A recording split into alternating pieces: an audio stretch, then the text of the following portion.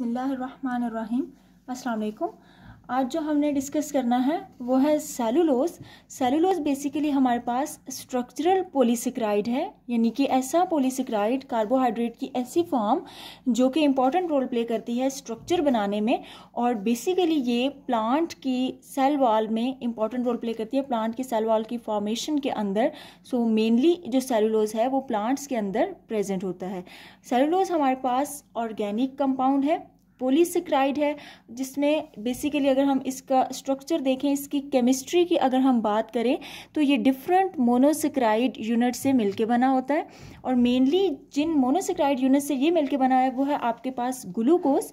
और glucose, different जो glucose हैं वो एक दूसरे के साथ लिंक कर रहे होते हैं, β1,4 लिंकेज के थ्रू ये एक दूसरे के साथ लिंक कर रहे होते हैं।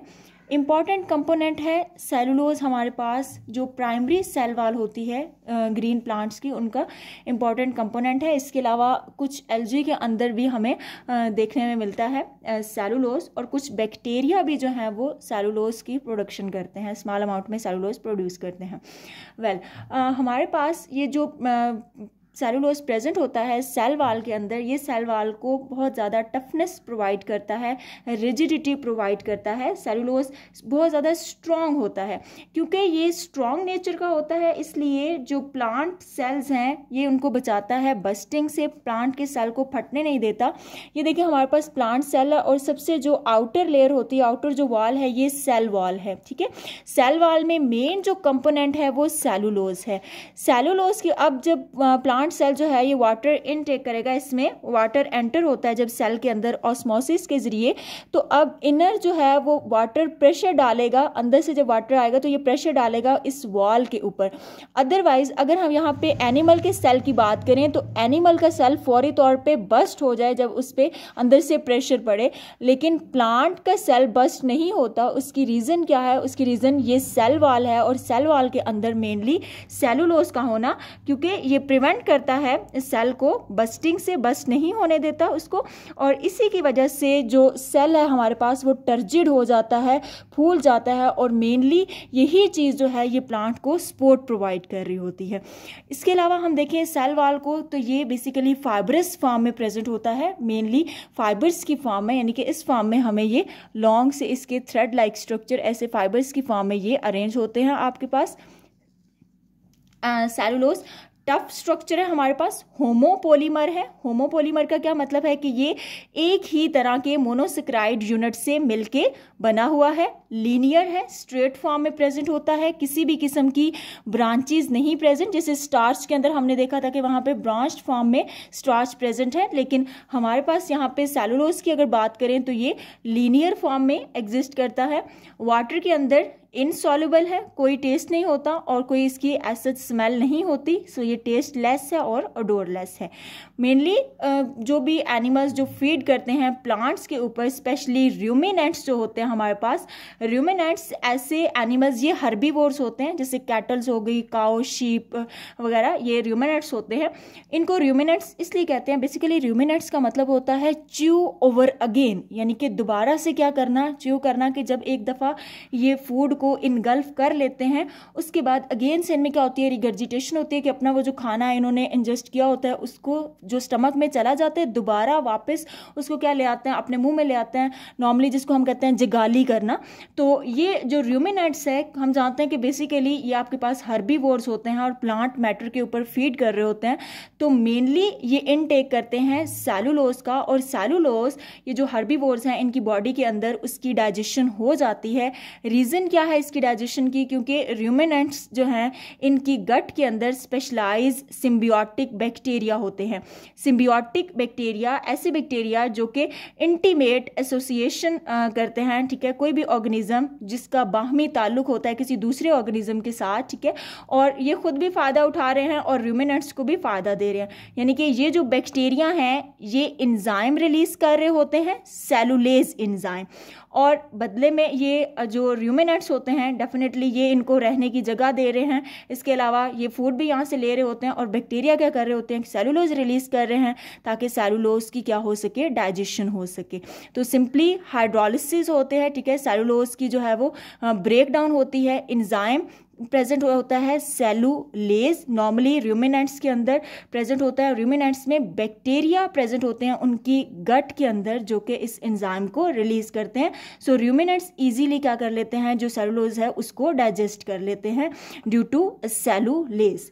और इसके अलावा जो टर्माइट्स होते हैं ये हम जानते हैं कि टोटली वुड पे फीड कर रही होती हैं, वुड ईटर हैं।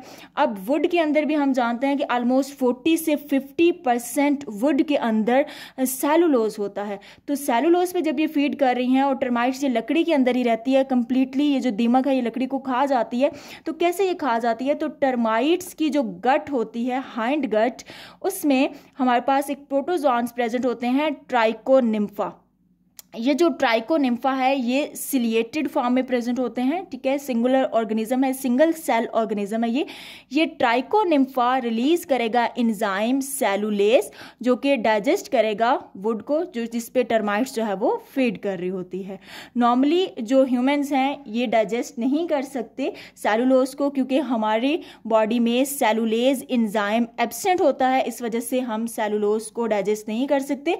अदरवाइज ये हमारी बॉडी में फाइबर्स की फॉर्म में मेन जो है ये डाइटरी फाइबर बनाता है, हम इंजेस्ट करते हैं, लेकिन इसकी कंप्लीट एब्जॉर्प्शन और ब्रेकडाउन नहीं होती। एज अ फाइबर्स के तौर पे हम इसका इनटेक करते हैं और ये हमारी बॉडी से एज सच वैसे ही रिमूव हो जाता है।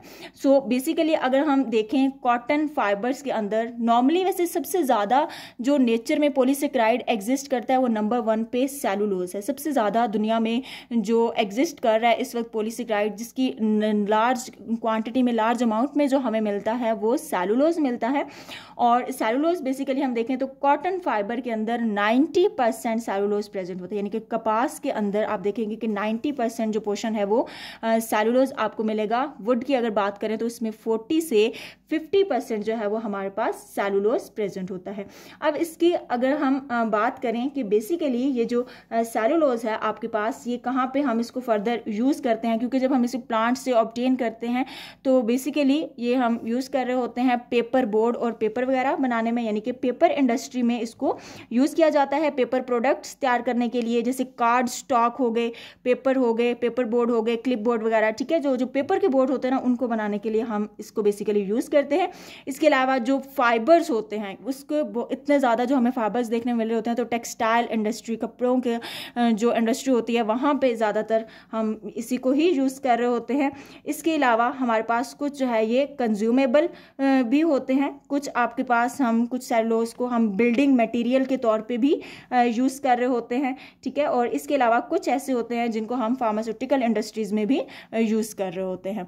तो इसके अगर हम स्ट्रक्चर की बात करें सेलुलोज की, तो कहाँ पे बेसिकली मेनली ये प्लांट की सेल वॉल के अंदर प्रेजेंट है। Cell wall outermost boundary है जो कि सपोर्ट प्रोवाइड कर रही होती है प्लांट के सेल्स को। प्लांट के सेल में 2 बाउंड्रीज प्रेजेंट होती हैं, सेल मेम्ब्रेन और सेल वॉल, ठीक है।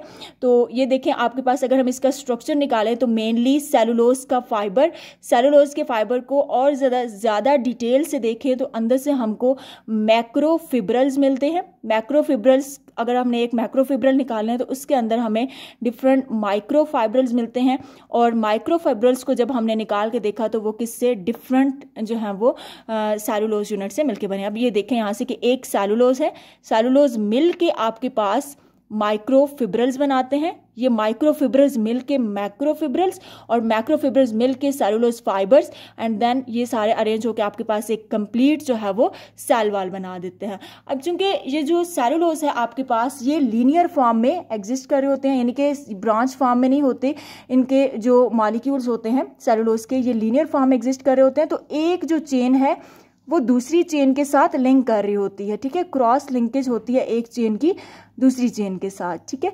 और बेसिकली हाइड्रोजन बॉन्डिंग प्रेजेंट होती है। हाइड्रोजन बॉन्ड के थ्रू ये एक जो लेयर है, एक जो चेन है, ये आपके पास दूसरी चेन के साथ लिंक होती है।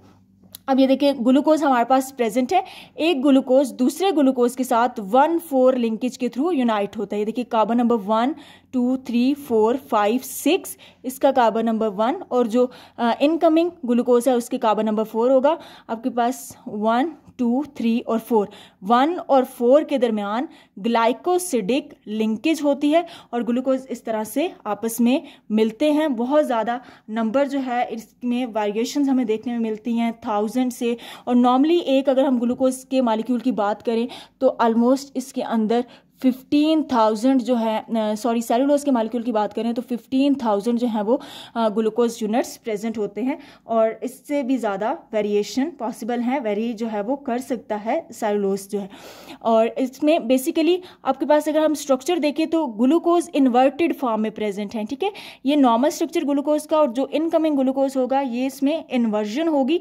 180 डिग्री पे ये जो ग्लूकोज है ये इन्वर्ट कर जाता है। ये नॉर्मल स्ट्रक्चर है आपके पास, ठीक है, ग्लूकोज का 6 कार्बन कंटेनिंग कंपाउंड, और जब इसने बॉन्ड बनाना होगा इनकमिंग ग्लूकोज के साथ जो आ रहा है वो आपके पास किस फॉर्म में होगा, इन्वर्टेड फॉर्म में। 180 डिग्री पे वो इन्वर्ट कर जाएगा, तभी इनके दरमियान क्या है, बॉन्डिंग पॉसिबल होगी। अब देखिए ये जिग-जैग मैनर में इनकी बॉन्डिंग जो है वो बन रही है, और जब बॉन्ड कैसे बनता है कि यहाँ से हाइड्रोक्सिल ग्रुप इसका रिमूव हुआ, ठीक है, और ये देखें आपके पास इसमें बॉन्ड बना, यानी कि वाटर का रिमूवल हो रहा है, इधर से भी वाटर रिमूव हो रहा है, और आपके पास जो ग्लूकोज यूनिट्स हैं ये एक दूसरे के साथ कंबाइन होके एक लॉन्ग चेन मॉलिक्यूल बना रहे हैं, सेलुलोज बना रहे हैं। तो ये नॉर्मली अगर हम एक इसकी बात करें, एक अगर चेन है तो ये इतनी ज़्यादा ये रिजिड नहीं होती, टफ नहीं होती, लेकिन जब ये मल्टीपल आपस में मिल जाती हैं, लीनियर ये जो फॉर्म है, फाइब्रस फॉर्म आपस में मिल जाती हैं, और फिर ये हाइड्रोजन बॉन्ड के थ्रू एक दूसरे के साथ लिंक करती हैं, लिंकेज बनाती हैं, हाइड्रोजन बॉन्ड भी होता है इनके दरमियान, तो फिर ये जो चीज़ है इसको ज़्यादा टेंसाइल स्ट्रेंथ प्रोवाइड कर रही होती है, ये चीज़ इसको ज़्यादा और भी ज़्यादा स्ट्रॉन्ग बना देती है। तो ये बेसिकली था, हमने स्टडी किया अबाउट द सेलुलोज। सो इंशाल्लाह प्रीवियस लेक्चर में हमने देखा था अबाउट द काइटिन एंड अरेबिनोजाइलिन, और नेक्स्ट इंशाल्लाह हम डिस्कस करेंगे अबाउट द काइटिन। प्रीवियस में हमने अरेबिनोजाइलिन और पैक्टिन्स को डिस्कस किया था, आज सेलुलोज को देखा, और नेक्स्ट हमारे पास जो स्ट्रक्चर पॉलीसेकेराइड है वो काइटिन होगा।